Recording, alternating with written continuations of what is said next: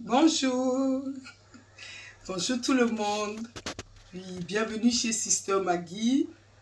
Si c'est la première fois, oui, bienvenue et abonne à ma chaîne.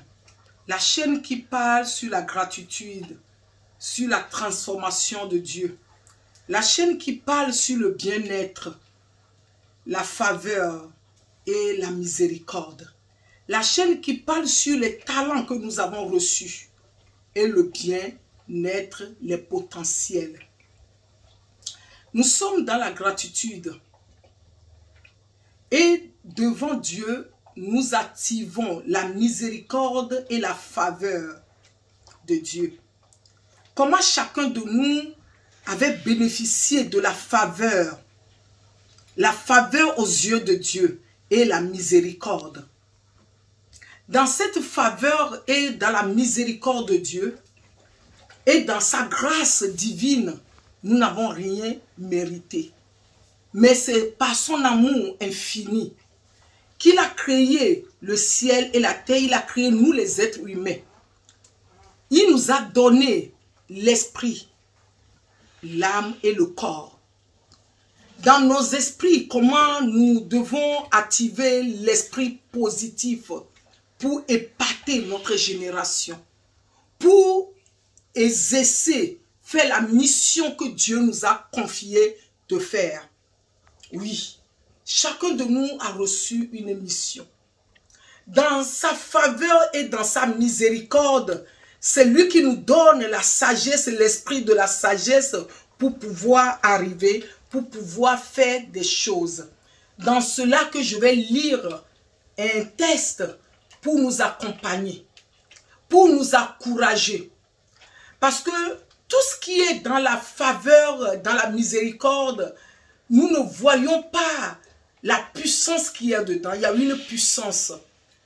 Et il y a un proverbe qui a dit, un enfant qui a pu remercier Dieu pour aujourd'hui recevra encore pour demain. Nous sommes dans la reconnaissance, dans la gratitude à notre Dieu, à notre Seigneur.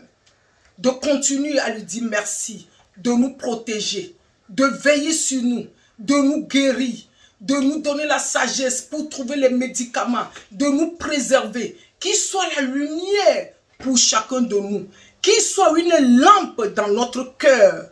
Oui, et je vais lire le verset qui va nous aider, que chacun puisse développer son talent, que chacun puisse s'occuper de sa famille, que chacun puisse voir qu'il a la valeur ou elle a la valeur, qu'il n'y a pas l'envie, il n'y a pas de jalousie, parce que Dieu qui nous a protégés, il nous a dit, restez éveillés, restez éveillés. Le moment est arrivé dans le monde que nous devons rester éveillés, s'occuper de nos talents, s'occuper du travail qu'il nous a confié, s'occuper des dons qu'il nous a donnés, s'occuper de notre mission de vie. Voilà. Je vais lire quelque chose qui est dans Hébreux 4. Hébreux 4. C'est pourquoi Dieu fit ça de nouveau un jour. Et il appelle aujourd'hui. Il a appelé à ce jour-là beaucoup plus tard que la bouche de David. Dans ce texte, aujourd'hui, si vous attendez la voix de Dieu, dans votre cœur, dans notre cœur, la voix de Dieu, on l'attend dans notre cœur. Dans notre cœur, c'est quoi? C'est dans notre esprit. On attend la voix de Dieu. Ne fermez pas votre cœur. Faut pas que le moment là soit le moment de rancune. Faut pas que ça soit le moment de jalousie. Il faut que ça soit le moment de joie, de la paix, de l'amour, de la persévérance à chacun de nous. La parole de Dieu est vivante en nous. Elle est pleine de force. Elle coupe mieux plus qu'une épée des deux côtés. La parole de Dieu entre en nous en profondeur. Oui, elle va jusqu'au fond de notre cœur. Quand on parle de notre cœur, on parle de notre esprit. La parole, qui est la parole qui transforme les vies, que la parole transforme notre cœur, que nous tous, nous disons oui pour transformer nos comportements, pour transformer nos cœurs, notre esprit. Oui, il pénètre jusqu'à l'articulation, jusqu'au mollet. Elle juge les intentions, nos pensées. C'est la parole qui veut dans nos pensées que nous aurons les pensées positives, les pensées d'amour, les pensées de la joie, les pensées de la paix, pensées de la santé, pensées de la longévité, le pensée de la multiplication, le pensée de bonheur, le pensée de l'entreprendre, le pensée de développer nos talents, le pensée de développer nos potentiels. Elle juge les intentions de nos pensées et de nos cœurs. Nos cœurs. C'est dans nos cœurs que Dieu prend la place. Nos cœurs ont un centre essentiel parce que c'est notre cœur qui est notre esprit, qui est au milieu de notre chair et notre âme. Notre cœur, notre esprit joue un rôle essentiel. Rien n'est caché à Dieu. Lui, il connaît le cœur de chacun de nous. Que la gloire revienne à lui seul. Oui, rien n'est caché. Tout ce qui se passe dans le monde, Dieu connaît le début et la fin. Je dis au début qu'il est en train de reconstruire, retransformer, reformer le monde. Il connaît la profondeur, il connaît les médicaments, il connaît là où on va aller, il connaît l'endroit, il connaît ce qui va se passer. Lui, il connaît toutes choses. Tout ce qui va se faire à présent, ouvertement, devant les yeux, son regard couvre tout et c'est lui qui nous donne, que nous devons rendre compte. Nous devons rendre compte à Dieu.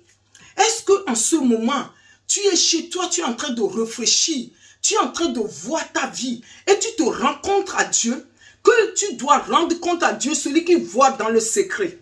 C'est à lui que nous devons rendre compte. C'est à lui que nous devons donner la compte parce que lui, il voit notre esprit et notre âme.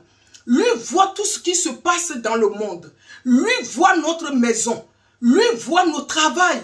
Lui voit ce que nous demandons. Lui voit notre désir. C'est lui qui nous donne la force. C'est lui qui nous donne le courage. C'est lui qui nous donne l'énergie. C'est Dieu qui nous renouvelle chaque jour, chaque instant. Nous devons rendre gloire et rendre compte à lui la plénitude de sa miséricorde et la faveur à ses yeux, que nous trouvons la faveur de la protection sous ses ailes. C'est lui qui protège le monde entier. C'est ce Dieu-là que je rends encore gloire et lui dis encore merci. Que notre bouche ne cesse de lui dire merci. De reconnaître, soit reconnaissante à la vie, ce que la vie nous donne, le souffle de vie, les démarches, nos bras, nos pieds, nos maisons, nos enfants, nos familles, tout ce qu'il fait pour nous, que nous avons de la valeur.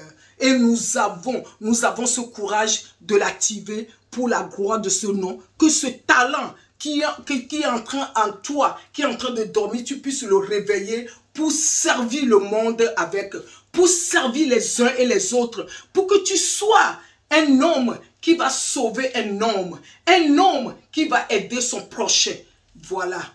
Et abonne et partage. Nous sommes ensemble dans la gratitude à notre Créateur, à Dieu.